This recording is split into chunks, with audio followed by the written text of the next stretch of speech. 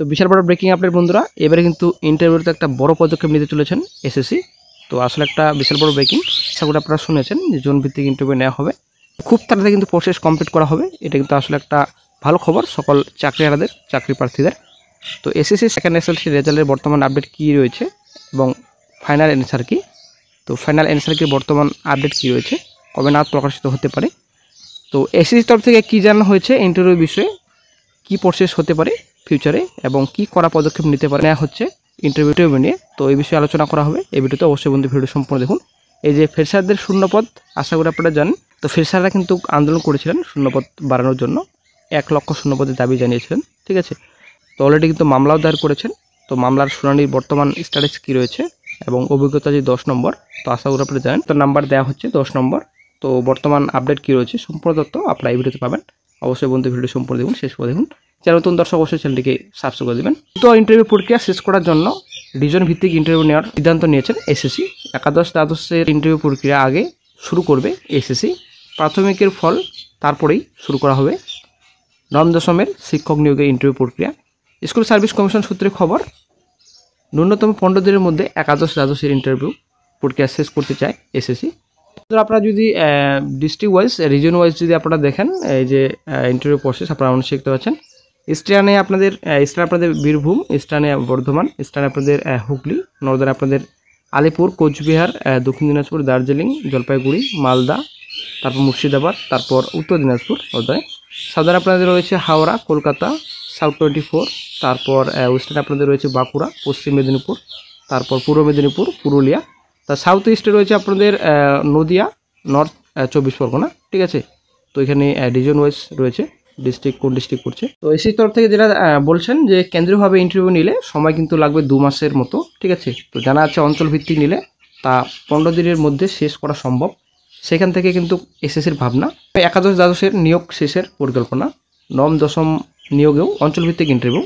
আদালতের নির্দেশে আগামী 31শে ডিসেম্বর মধ্যে সবটা শেষ করতে হবে, সেই কারণে দ্রুত নিয়োগের ভাবনা এসএসসির।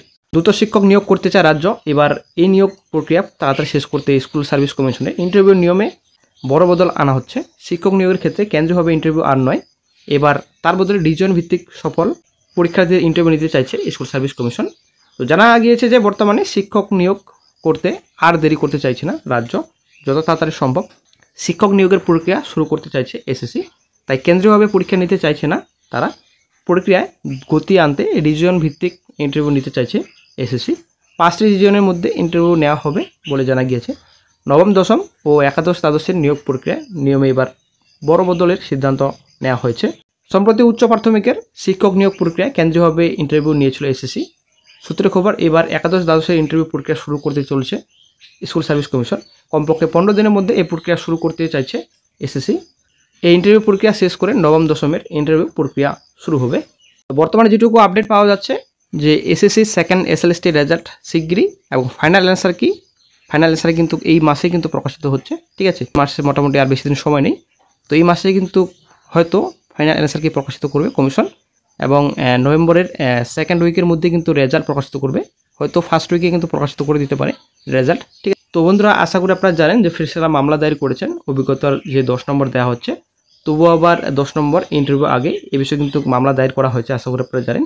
সেই মামলা কিন্তু কোনো রকম বর্তমানে আপডেট নেই, কারণ বর্তমানে কিন্তু ছুটি, ঠিক আছে। তো আশা করতে নভেম্বরের প্রথম দিকেই কোর্ট ওপেন হবে, তো তখনই কিন্তু মামলার শুনানি হবে।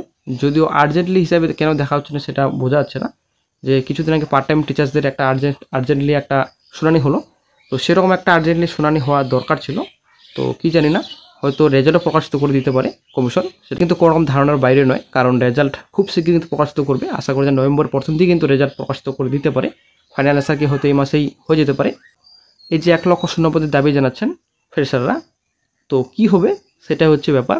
কোর্ট কিন্তু কোনো আপডেটই নেই বলা চলে, কারণ ফ্রেশাররা মামলা দায়ের করেছেন। এদিকে কোর্ট বন্ধ, কোর্ট ওপেন হবে নভেম্বরের প্রথম দিকে। সুযোগ পাওয়া যাবে কিনা এটাই হচ্ছে ব্যাপার। এবং হাইকোর্টে যে মামলা দায়ের করা হয়েছে, হাইকোর্ট কতটা গুরুত্বপূর্ণ চোখে দেখবেন এটা হচ্ছে ব্যাপার।